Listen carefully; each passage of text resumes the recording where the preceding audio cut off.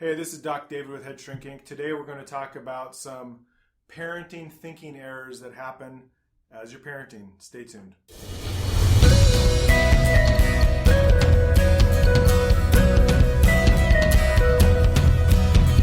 You are listening to Head Shrink Inc., where two therapists talk about relationships, challenges, and life. Hey, welcome to Head Shrink Inc. This is Doc David. I'm here with my TheraBro, my bro Dan Bates, and we're here to talk about a book that we worked on called When Parenting Backfires, 12 Thinking Errors that, I can't remember the rest of it, 12 thinking errors that come up when you parent.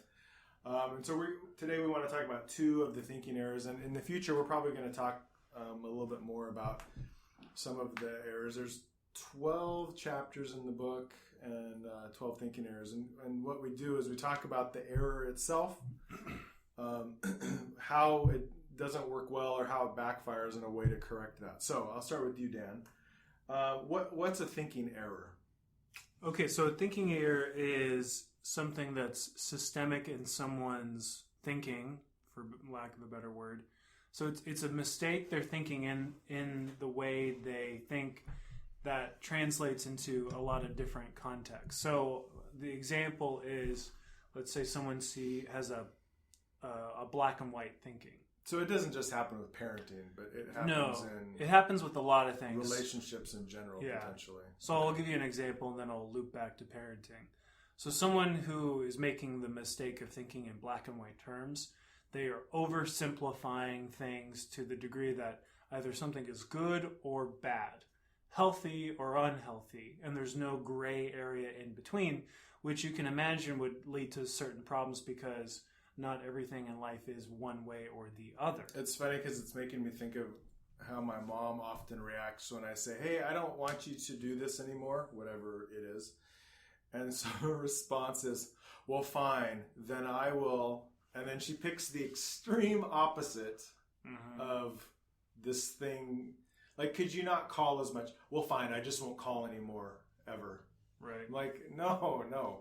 There's like a middle ground. And so, yeah, I think that black and white thinking is what you're talking about is an error, definitely. I mean, let's use a political example since politics is on the center stage. No, we got to stay focused because I'll want to go off topic. So this is just an example.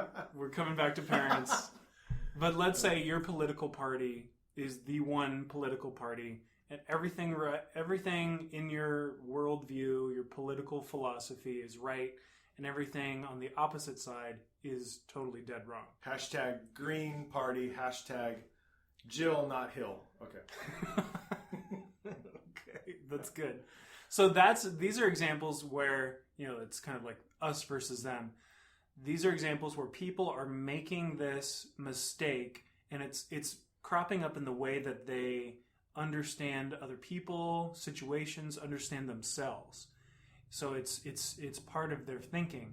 Now, parents do this when they're parenting their kids. And I think specifically, the reason why we look at it with parents is because, that's basically our bread and butter. We work with parents every week. And so I think what we have seen is that there's these typical things that parents often do that, parents don't realize that they're doing it often.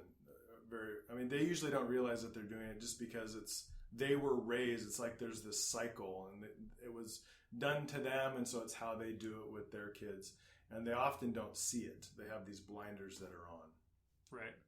And I think it's important to talk about this because you mentioned something where it's kind of invisible. I think the way we think through things, not what we think necessarily, but how we think, is mostly invisible. It's not very apparent. So like the political example, like, oh, the other side, they're just wrong for all these different reasons. But you may not be noticing how, there could be ways that you're wrong. There could be ways that the other side is right. But you can't understand that because you're fitting everything into this lens, this way of interpretation. Did you ever read that article? There's a great article someone wrote called The Other Side Is Not Dumb. And basically it's this idea where this guy who has beliefs, when he has friends that have different beliefs than his, he sits and asks them questions and doesn't immediately, come across as judgmental, because people believe differently than I do. I understand that, and there's a reason that they do. Yeah. And if I just discount them as, well, that's dumb, that's not a very good place to argue from. Right. But it also doesn't allow me to kind of expand my thinking on things.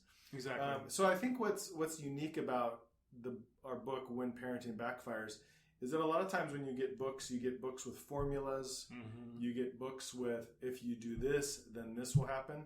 This book has nothing to do with that. I mean, it specifically talks about the thinking that goes along with some parenting, some bad things that parents do. So let's start out with number one. So the title is "You Scratch My Back, and then I'll scratch yours." So what is the kind of what's the premise of the thinking error there? So the premise is when parents have a low tolerance for stress, right? Yeah. So the psychology term would be low distress tolerance. But I'll just use kind of more common language. It's easier when you can't handle stress very well. And so what kids will do is kids are kind of subversive in a way. Like, we love our kids, they're great, we see the best in them, but there's kind of a subversive, I don't know, bent to them, bent to kids. But it's not that they sit in their room and think, how can I make my parents' life miserable? No, it's more just it's just kind of what happens when they enter 13 years of age and on. Mm-hmm. They start thinking, hey, excuse me, I want to start living my own life. Do I like this thing that my parents want me to do? I like something else. I don't agree with what my parents are doing. So that's right. When you say subversive, that's they can be, and I think that's the thing where parents kind of need to take off the rose-colored glasses and see their kids' behavior for what it is, because kids will push their parents. They'll try to stress their parents out, and typical ways they do that is throwing temper tantrums, whining, crying, screaming, yelling, accusing parents of not loving them or not wanting them to be happy. And so if a parent isn't good at handling that stress, they'll get to a point where they're doing anything to alleviate the kid's bad behavior. Just stop, please. Mm-hmm. And so what they'll do is, and this is where the thinking error comes in, is, okay, this kid, I can't handle their stress right now. I need them to stop. So I will give in. I'll give them what they want if they give me something in return. And hopefully they'll scratch my back. I scratch their back and I give them the candy. I let them go to the movie. I let them spend time with that boy or girl. They can have, this thing that they're demanding. And then hopefully in return, they will behave well and stop stressing me out. Now this, as you're talking, I'm thinking, this is often implied, right? It's not specifically, if I let you do this thing, I mean, I think it is sometimes, but if I let you do this thing, then here's what I expect of you. They're not explicitly saying that. Right. It's but then when it doesn't happen, they're like, what? Who do you... Really upset. So how does it backfire? So I think how it backfires is, how I've seen it backfire is, I go to a house and a parent will say something to the effect, and this is because this is the niche of parents that I work with. They have a kid that's on probation. So I'll come home or I'll come to the, that was a Freudian slip there. I'll come home and my kids are so I'll go to the family and I'm there for an appointment and Johnny is not home. And the mom or the dad will say, I told Johnny to be here and I can't believe they're not here because I let them go out with their friends 2 hours ago. And they told me they would come back. They told me they would be here. And that's an example to me of how, they trust their kid and they want their kid to not harass them and say, can I go with my friends? Can I go with my friends? Can I go with my friends? And so then the parent bargains and negotiates with them and says, you can go with your friends if you come back for whatever. In this case, it happens to be a meeting of mine, a meeting with me. And then they don't. Or a police officer brings Johnny home and says, I caught Johnny spray painting on the wall at the church down the street. The parent will say, I can't believe you did this to me. I trusted you. I thought I let you do whatever, fill in the blank. And then the belief is that because the parent let the kid do this whatever behavior, and usually it's like inappropriate behavior, the kid was then going to stay out of trouble and not have the police get called on them. Right? Is that that's what we're... So the way it backfires... So I think that's what you're talking about as far as the scratching... you scratched your kid's back by letting them do this behavior that potentially isn't appropriate, but it's usually it's to get them out of your hair because you can't handle the constant stress that they're bringing into your life. And so you do this, and then your kid makes this inappropriate choice, and then you find out as the parent, and you just get even more distressed because you thought there was this agreement that you had with your kid, but it was an implicit agreement. It wasn't explicit, and so your kid had no agreement in their mind other than, I want to do this thing, and now my parents letting me do this thing.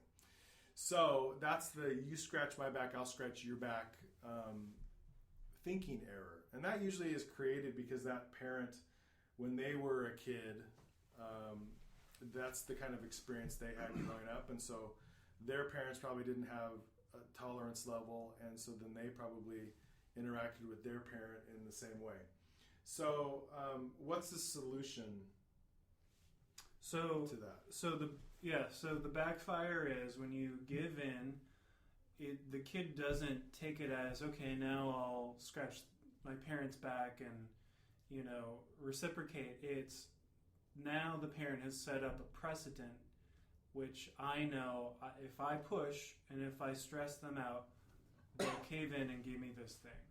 Right. So the fix is handling stress better so that you don't cave in, and establishing a new precedent for what it will take for your kid to get the thing that they're demanding, if that makes any sense. So if they want a privilege, if they want a reward, they have to earn it. They can't get it through whining, complaining, and bad behavior. So I think for the parent, the fix is better stress management so that your kids' tactics won't work. And then having a new standard, like I said before, for what earns them a privilege, which is good behavior, doing chores, consistently doing the thing that you want them to do. Right. So I think one of the things that I agree with you, I think the challenge that I'm hearing is that managing the stress. I think as a parent, you have to recognize when you were starting to get stressed out in the first place. Right. Because I think by the time your kid's asking you the same thing 6 or 7 times, and you're past your ability to manage your stress. And so I think that it's knowing what you're here. For example, I think it's planning your day out, knowing what your day is going to be like. So we're in the summer now. So usually kids aren't in school, and so there's a lot of free time that kids have. And so if you know that today is a Tuesday and tomorrow is going to be a Wednesday, you know that your kid's going to have a lot of free time tomorrow. Sitting with them and planning out their day is something that is an appropriate way to maybe deal with stress. If you have a teenager and they want to go hang out with friends, I think it's completely reasonable to say, hey, I want you to hang out with your friends too, but here's some chores that here's some tasks that I want you to accomplish before you go out and hang out with your friends. And you talk about that the day before, so then your teenager can actually be thinking about it rather than, I want to go hang out with my friends right now, and then the parent says, oh, no, you need to do these chores, which they're going to butt heads with their parents generally because, no, they want to go with their friends. They don't want to sit and do chores. And so I think as a parent, it's important for you to have an idea of to know what your triggers are for stress. And so one solution, again, is just to plan your day out or even plan your week out if you want to. Did you have any ideas on how to deal with, potentially reduce the stress of the moment? So I think you're right. Like, you've got to know your triggers. I think that's the first step. I think awareness is half the battle. Mm-hmm. So knowing exactly what your kid does or what situational factors that push you into that place where you're not acting from a good place. You're not responding to things from your kid in a way that you want. You're kind of operating at your lowest level of functioning. So you have to understand what it is that pushes you to that point. What is it? Like name calling that your kid does? Maybe you're getting a text and a call, and then your kid's asking for something and all those things are happening at the same time. Maybe you're late for an appointment. What is it that pushes you to your worst? And then, like David said, have a plan for managing the stress that lets you then respond in a way that you want. So trigger, new way of handling stress, and then responding in the way that you want. So ways that you can handle stress better are, simple things like deep breathing, doing, what's it called where you systematically stress and release your body? What is that where it's called? I have no idea. Oh, okay. I mean, if I hear it, I probably would know, but it's like progressive relaxation. Sure. So sounds great. ideas where like you tense, some people do this where they tense certain muscles. Oh, tense your muscles and then relax. And then relax them. Yeah. I mean, like really simple physical things that you can do. I think maybe just saying, "Hold on, son," or "Hold on, sweetie. We'll talk in 5 minutes." Just so you're in control of you, and you can take care of you. And then when your kid asking you for the same thing 5 times in a row, you can say, "Hold on, this is something we've talked about before, or this is something that you're not going to get today, or whatever." Or we've talked about that friend. That's a friend that we both don't agree with. So I'm not going to just cave in. I'm going to hold steady to the expectations I have for you. I think consistency is important too, because the more you do that, the more your kid's going to know, okay, mom or dad isn't going to change their ways. One of the things I encourage people to do is if you get to a place where you feel like you can't do it, then you seek out a competent therapist to kind of give you some tips and kind of meet weekly with them and kind of coach you along on how to do this effectively. So hey, that's one of the first thinking errors that we were talking about today. You scratch my back, I scratch your back. We'll be on with future episodes of Thinking Errors from our book, When Parenting Backfires. If you have any questions, feel free to contact at headshrinkinc@gmail.com. Check out my Facebook page, Doc David, and check out Dan's Facebook page. Oh, my Facebook page? You were supposed to, yeah, that was my cue. Check out my website, which is danielbates.co, and that's got books, podcasts, blogs, and YouTube videos all about self-help, mental health. All right, thanks for listening. If you like this, please share and tell your friends about us. Head Shrinking.